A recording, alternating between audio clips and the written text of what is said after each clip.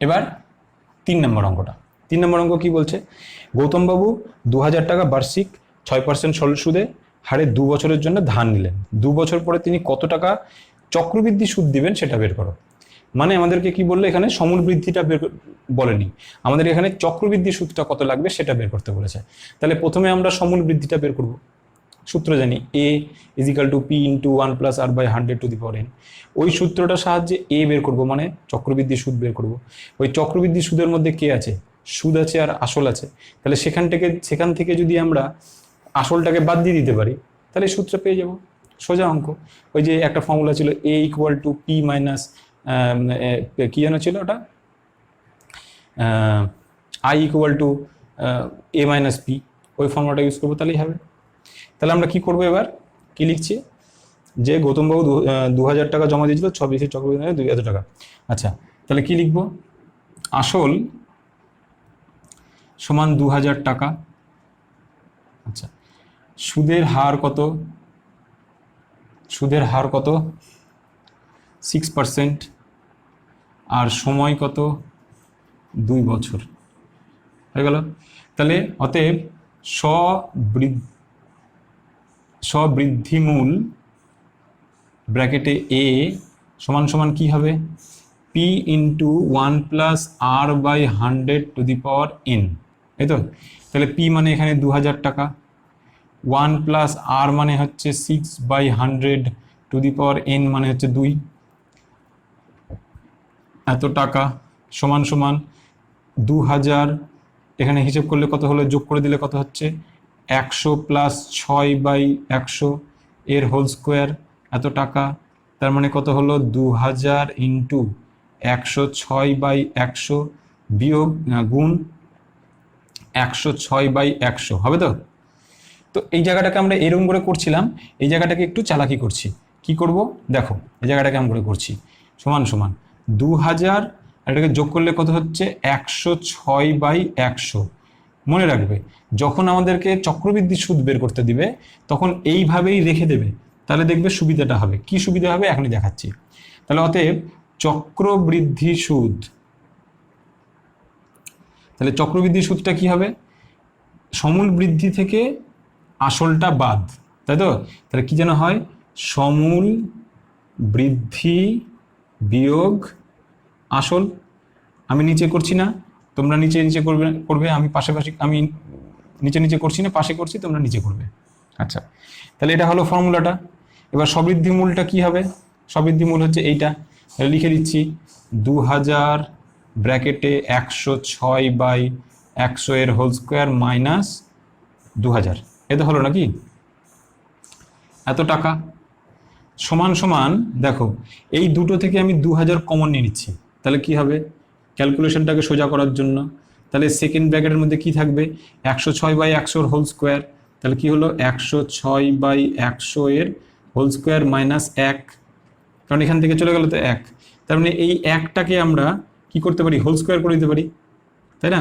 তাহলে সমান সমান দিলাম, তাহলে লিখলাম কত 2000 ইন্টু, এটা ফর্মুলা ফেলে দিচ্ছি, 1 মানে এটাকে 1 স্কোয়ার করে দিলাম, ঠিক আছে। তাহলে ফর্মুলা পড়ে গেল কি, এটা যোগ এটা, এটা বিয়োগ এটা, তাহলে কি হবে 106 যোগ 1 হবে তো, হবে তো, এরকম না, 106/100 যোগ 1, আর একটাতে কি হবে 106/100 বিয়োগ 1, এটা হবে তো, এত টাকা সমান সমান কি হচ্ছে 2000 ইন্টু, এটা যোগ করলে কত হবে, লসাগু করে উপরে 100 উঠে যাবে, তাহলে 206 হয়ে যাবে, আর নিচে হয়ে যাবে 100 ইন্টু, এটার যদি উপরে উঠে যায় তাহলে 106 বিয়োগ 100 হয়ে যাবে, নিচে 100, তার মানে 6/100। এই দুটো শূন্য কেটে গেল, এখানকার একটা শূন্যের সঙ্গে এখানে একটা শূন্য কেটে গেল, তাহলে বিয়োগ করলে কত হবে, বিয়োগ করলে হবে, এই দুটোকে যদি বিয়োগ করে দিই তাহলে হবে, গুণ করলাম,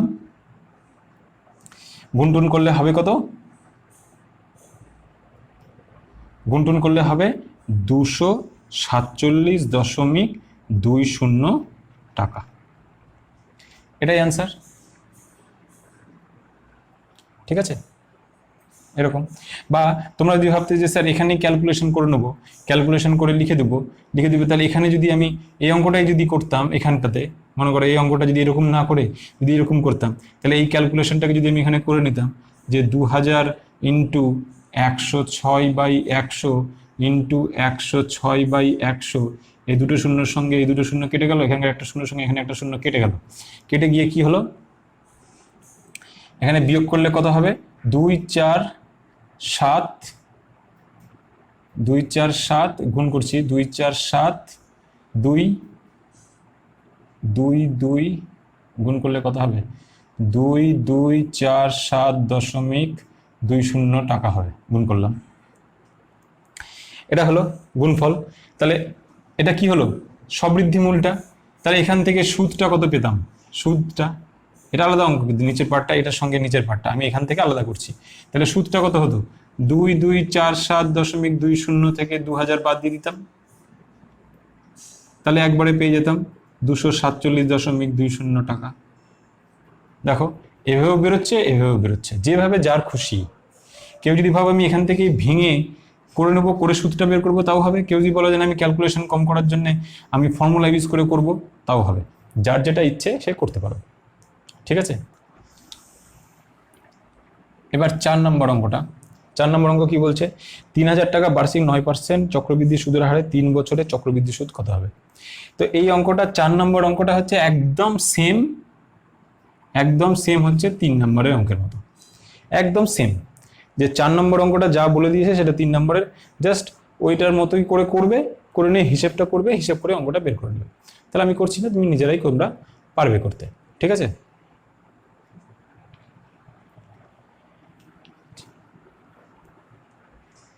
এবার চলে আসি 5 নম্বর অঙ্কে।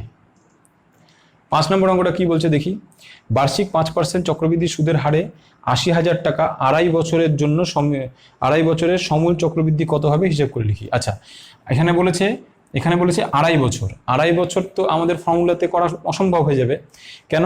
কারণ এখানে বার্ষিক বলেছে, যদি বছরে দুবার হতো তাহলে 2.5কে আমরা করতে পারতাম, কিন্তু এখানে যেহেতু বার্ষিকটা বলেনি, বার্ষিকে একবারই বলেছে, মানে যেহেতু বলেছে বার্ষিক 9% হারে, তার মানে বছরে একবার, তাহলে আমাদেরকে ওই প্রথম ফর্মুলাটা ইউজ করতে হবে।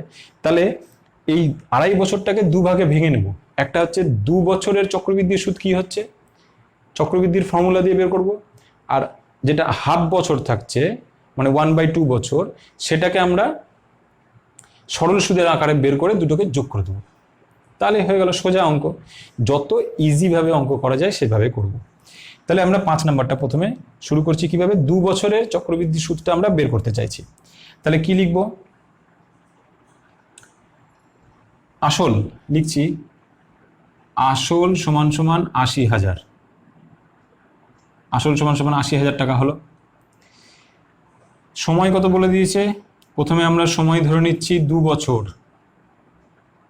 আর সুদের হার কত,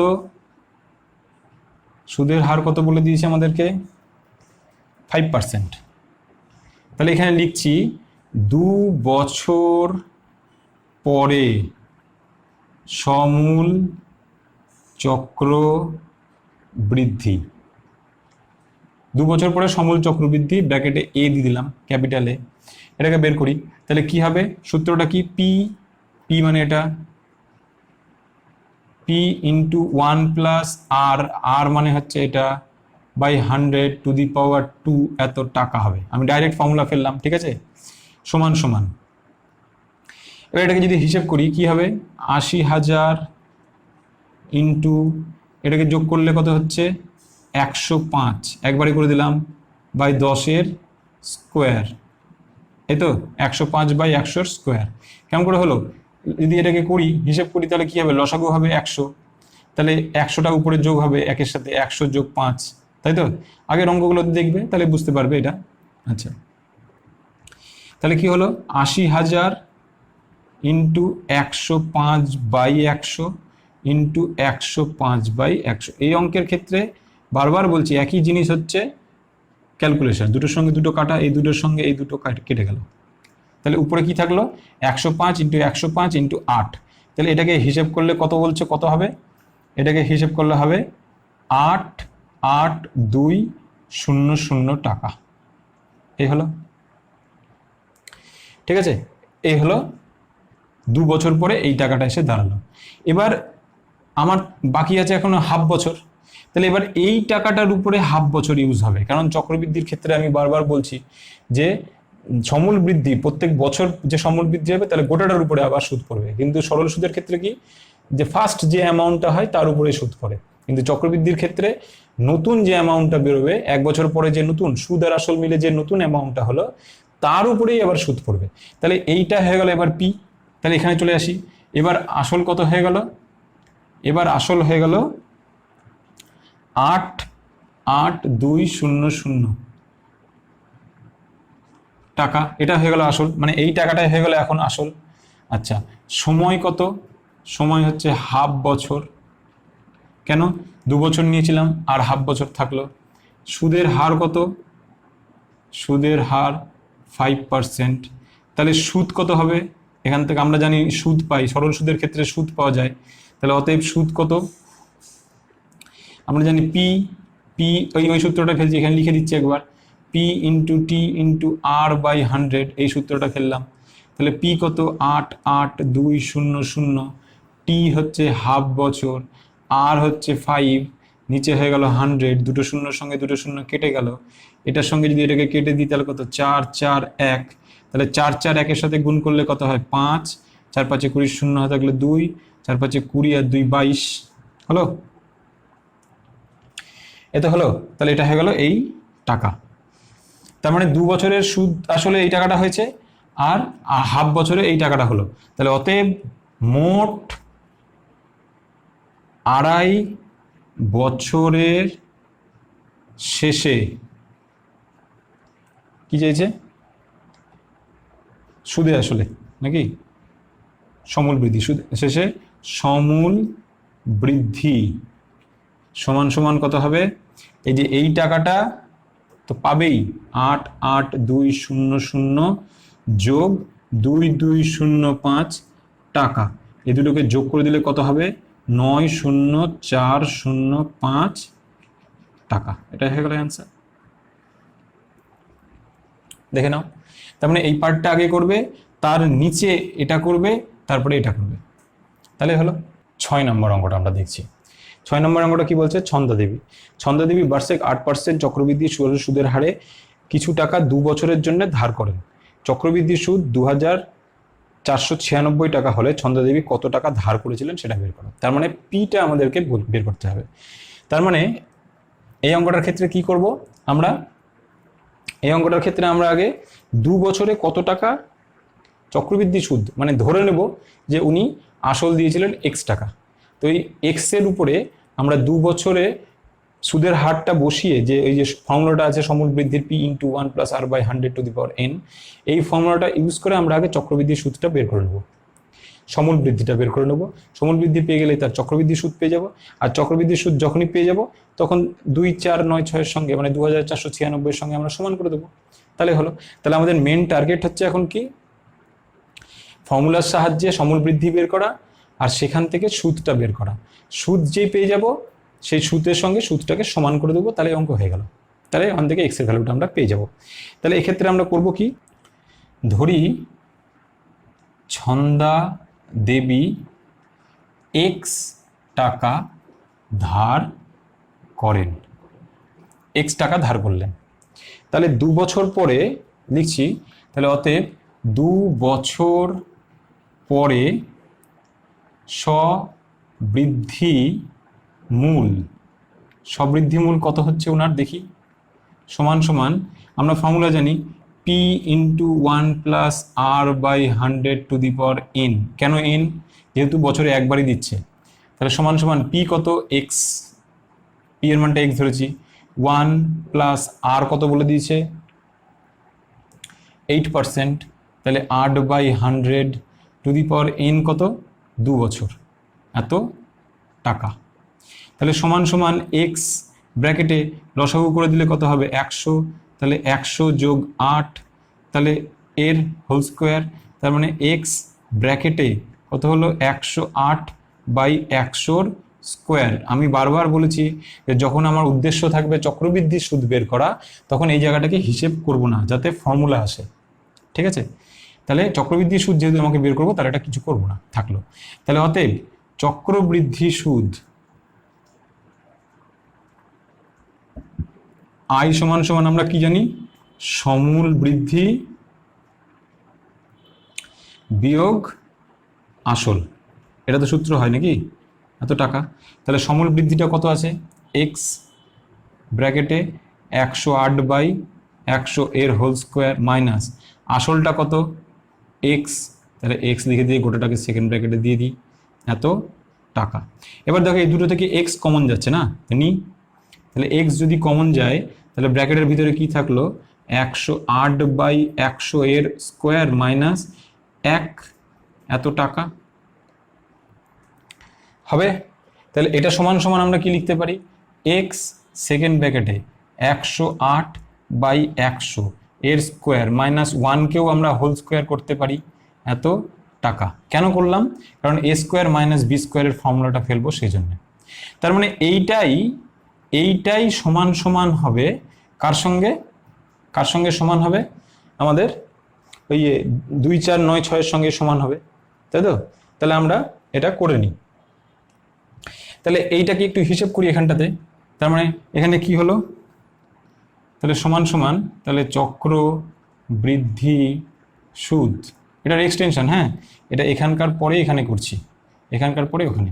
তাহলে সমান সমান কি হবে, ফর্মুলাটা কি ছিল, এক্স সামনে থাকলো, দিয়ে সেকেন্ড ব্র্যাকেটের ভিতরে কি হবে, এটা প্লাস এটা মাইনাস এটা, তাহলে কি হলো, আচ্ছা ব্র্যাকেট দিচ্ছি 108/100 যোগ 1, আর একটা ব্র্যাকেটে হবে 108/100 বিয়োগ 1 হবে, এত টাকা। এটা যোগ এটা বিয়োগ এটা, ফর্মুলা। তাহলে এক্স থাকলো সামনে, এবার এটাকে যোগ করলে কত হচ্ছে, 108 যোগ 100/100, এটা একটা হলো। আর একটা কি হলো, 108 বিয়োগ 100/100, এত টাকা, সমান সমান এক্স ইন্টু এটাকে যোগ করলে কত হলো, 208/100, এটাকে গুণ করলে কত হবে, 100, এত টাকা। এটাকে করে দিচ্ছি এখানটাতে এরকম যে শর্তানুসারে এটা কি লিখলাম, এক্স ইন্টু 108 ইন্টু 8 বাই নিচে 100 ইন্টু 100, এটা সমান সমানই হচ্ছে 2, 4, 9, 6, আমাদেরকে বলে দিয়েছে নাকি, 2, 4, 9, 6। তাহলে এখান থেকে এক্স সমান সমান কি হবে, 2, 4, 9, 6 ইন্টু 100 ইন্টু 100 বাই হয়ে গেল 108 ইন্টু 8, তাহলে 8 দিয়ে এটাকে কেটে দিই, 3 8 24, 3 8 24 হলো, 8 1 8, 8 12 96 হয়ে গেল। তাহলে অতএব এখান থেকে এক্স ক্যালকুলেশন করে এটাকে আবার কাটা যাবে, 4 দিয়ে যদি কেটে দিই, কাটাকাটি করে এক্স এর ভ্যালুটা কত পাবে,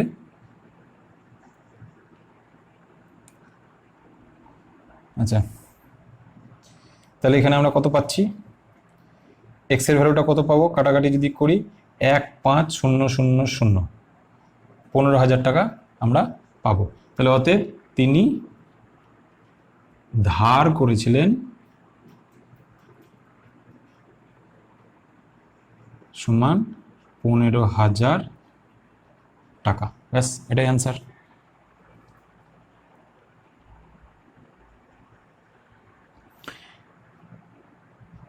এবার আমরা 7 নম্বর অঙ্কটা দেখি। 7 নম্বর অঙ্কটা কি বলছে, বার্ষিক 10% চক্রবৃদ্ধির হার সুদে কোনো আসলের 3 বছরের চক্রবৃদ্ধি সুদ 2/6 মানে 2648 টাকা হবে, তা হিসেব করে দেখি। তার মানে সেম এই অঙ্কটা হচ্ছে 6-এর মতো। তাহলে এই অঙ্কটা তোমরা 6-এর মতো করে করবে, ক্যালকুলেশন করে অ্যান্সারটা বের করবে। তাহলে আমরা 7 নম্বর হচ্ছে একদম সেম কার মতো, 6-এর মতো। তাহলে আর আমরা 7 নম্বরটা করছি না, তোমরা 7 নম্বরটা বাড়িতে চেষ্টা করলে দেখবে নিজেরাই পারছো, ঠিক আছে। আর নিজেরা অঙ্ক করলে, আমি কেন ছেড়ে দিচ্ছি, কারণ নিজেরা যদি অঙ্ক করো তাহলে 1 নম্বর অ্যান্সার মেলার পরে দেখবে কনফিডেন্সটা বাড়বে, আর একটা আনন্দ লাগবে। আর যে অঙ্কটা আমি করে দিচ্ছি সেই অঙ্কটা তোমাদের যদি 10 দিন মনে থাকে, যে অঙ্কটা নিজেরা মাথা খাটিয়ে ক্যালকুলেশন করে বের করে অ্যান্সার মেলাবে, সেটা দেখবে বহুদিন মনে থাকবে। সেই জন্যে আমি এই অঙ্কগুলোকে ছেড়ে দিচ্ছি আর বলে দিচ্ছি যে একদম 7-এর মতোই হবে, সেই জন্য এই অঙ্কগুলোকে তোমরা একটু নিজেরা মাথা খাটিয়ে ক্যালকুলেশনগুলো করে অঙ্কটার অ্যান্সারটা বের করে রাখবে। তাহলে এবার আমরা 8 নম্বর অঙ্কটা দেখি। 8 নম্বর অঙ্কটা কি বলছে, রহমত চাচা বার্ষিক 9% চক্রবৃদ্ধি হার সুদে কিছু টাকা সমবায় ব্যাংকে জমা রেখে 2 বছর পরে সুদে আসলে 29,702.50 টাকা ফেরত পেলেন। রহমত চাচা কত টাকা সমবায় ব্যাংকে জমা রেখেছিলেন তা নির্ণয় করো। তো এই অঙ্কটা খুব সোজা, ডাইরেক্ট অঙ্ক। মানে আমাদেরকে আগে সমৃদ্ধিমূল ফর্মুলার সাহায্যে বের করে সেটা সমান করে দেবো। তাহলে আমাদেরকে জানতে চেয়েছে যে কত টাকা জমা রেখেছিলেন, তার মানে আমরা ধরে নেব এক্স টাকা জমা রেখেছিলেন। তাহলে সেই এক্সকে আমরা ওই ক্যাপিটাল এর ফর্মুলাটা কি, সমৃদ্ধিমূলের ফর্মুলা কি, পি ইন্টু 1+r/100 কেন ওই সূত্রটা হবে, কারণ বছরে একবারই দিচ্ছে 9%। সেজন্য ওই সূত্রের সাহায্য নিয়ে আমরা আগে সমৃদ্ধিমূল বের করব, দিয়ে ওই 29,702.50 এটা তো সমৃদ্ধিমূল, তাহলে এটার সঙ্গে সমান করে দেবো, কারণ বলে দিয়েছে সুদে আসলে ওই টাকাটা পেয়েছে, তার মানে সমৃদ্ধিমূলই বলে দিয়েছে আমাদেরকে। তাহলে আমরা করব কি, আমরা ফার্স্ট লিখব কি, ধরি রহমত চাচা সমবায় ব্যাংক থেকে এক্স টাকা ধার করেন, ধরে নিলাম। এবার আমাদের কি বের করতে হবে, সমৃদ্ধিমূল। তার মানে ক বছর পরে সমৃদ্ধিমূল বের করব, 2 বছর পরে, নাকি 2 বছর পরে। তাহলে লিখছি 2 বছর পরে সমূল বৃদ্ধি সমান সমান কি যেন হয়, পি ইন্টু 1+r/100 এত টাকা। আমি পাশে লিখছি, তোমরা নিচে লিখবে। তাহলে পিটা কত, এক্স, 1+r মানে কত, আর এর ভ্যালুটা কত দিয়ে দিয়েছে, 9%। তাহলে 9/100 এর স্কোয়ার, এত টাকা। তাহলে এটা সমান সমান করছি, একটু ক্যালকুলেশনটা করে নিই। কি হলো, এক্স ব্র্যাকেট এটাকে যোগ করে দিলে কত হবে, 109, 109/100 এর হোল স্কোয়ার, এত টাকা হবে, সমান সমান এক্স ইন্টু 109/100 গুণ করবো না, 109/100 এত টাকা লিখে দিলাম। যেহেতু আমাদেরকে চক্রবৃদ্ধি সুদ বের করতে হবে না, তাই জন্য আমরা এটাকে হোল স্কোয়ার ফর্মে রাখছি না, মানে এরকম ভাবে রাখছি না, ওটাকে একটু ভেঙে নিলাম, কিন্তু হিসেব করব না, কারণ পরে তো কাটাকাটি করতেই হবে, সেই জন্য। এবার করছি কি, শর্তানুসারে। কেন শর্তানুসারে করব, কারণ আমরা বের করলাম সমূল বৃদ্ধি হচ্ছে এটা, আর ওরা বলে দিয়েছে সমৃদ্ধি মূল্য হচ্ছে 29,702.50 টাকা।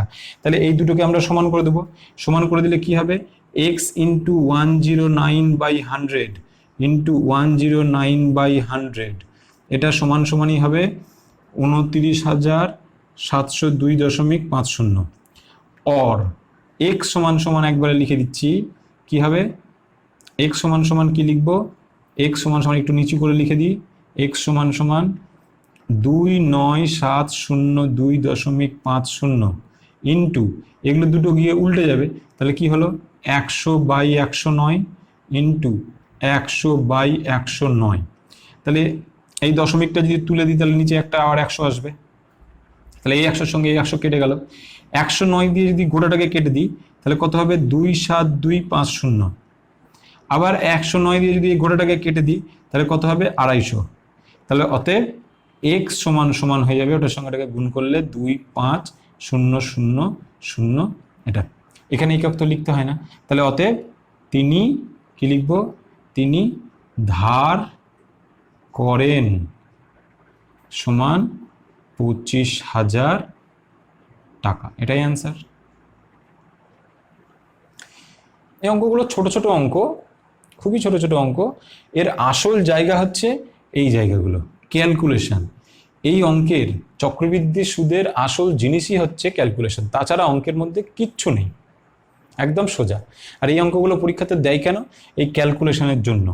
এই ক্যালকুলেশনগুলো যদি কেউ, ধরো পরীক্ষার সময় চক্রবৃদ্ধি সুদ কেউ অ্যাটেন্ড করলো যে আমি এটা করব, তাহলে সে হয়তো সারা বছর ধরে ক্যালকুলেশনটা ভালো মতো প্র্যাকটিস করেনি, তাহলে এই অঙ্কটা করতেই ওর 20-25 মিনিট লাগবে ক্যালকুলেশনটা বের করতে।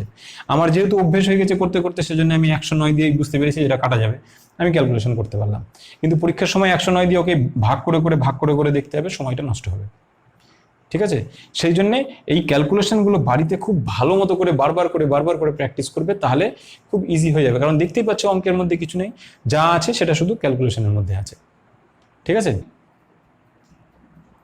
9 নম্বরটা বলছে বার্ষিক 8% চক্রবৃদ্ধি সরল সুদ হারে কত টাকার 3 বছরের সমূল চক্রবৃদ্ধি 31,492.80 টাকা হবে তা হিসেব করে লিখি। ও, এটা হচ্ছে একদম 8-এর মতোই, রহমত চাচার অঙ্কের মতোই হচ্ছে এই 9 নম্বর অঙ্কটা। তো 9 নম্বর অঙ্কটা নিজেরা একটু প্র্যাকটিস করবে, তাহলে কনফিডেন্সটা বাড়বে, অ্যান্সার মিলাবে, দেখবে আনন্দ লাগবে, ভালো লাগবে করবে, দেখবে অনায়াসে সূত্রটা ক্যালকুলেশনটা মিলে যাবে। ঠিক আছে? সূত্রগুলো ফেলবে, ক্যালকুলেশনটা করবে, দেখবে অ্যান্সার অটোমেটিকই মিলে যাবে, একদম 8-এর মতো। তাহলে আমরা 9 করছি না, আমরা একবারে 10-এ চলে আসছি। 10 নম্বরটা কি বলছে?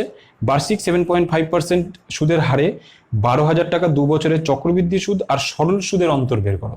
তার মানে আমাকে দুটো অঙ্ক করতে হচ্ছে। কি অঙ্ক? প্রথমে 7.5% হারে 12,000 টাকার 2 বছরের সরল সুদ কত আছে সেটা বের করতে হবে, আর 7.5% হারে 12,000 টাকার 2 বছরের চক্রবৃদ্ধি সুদ কত সেটা বের করতে হবে। তো চক্রবৃদ্ধি সুদ তো আমরা ডাইরেক্ট পাবো না, সরল সুদ যেমন ডাইরেক্ট P/T/R/100 করে পেয়ে যাব, কিন্তু চক্রবৃদ্ধি সুদ সেভাবে আমরা পাবো না। আমরা আগে সমূল বৃদ্ধি পাবো, সেখান থেকে আসলটাকে বিয়োগ করলে তবে আমরা চক্রবৃদ্ধি সুদ পাবো। তার মানে আমরা প্রথমে আগে সরল সুদ বের করি, তারপরে কি বের করব? সমূল বৃদ্ধি বের করব, তারপরে চক্রবৃদ্ধি সুদ বের করব, তারপরে ওই দুটোর মধ্যে অন্তর করব। ঠিক আছে? পরপর স্টেপ আমরা করে এগিয়ে যাব। তাহলে কি হলো? প্রথমে আমরা লিখছি বার্ষিক 7.5% হারে 2 বছরের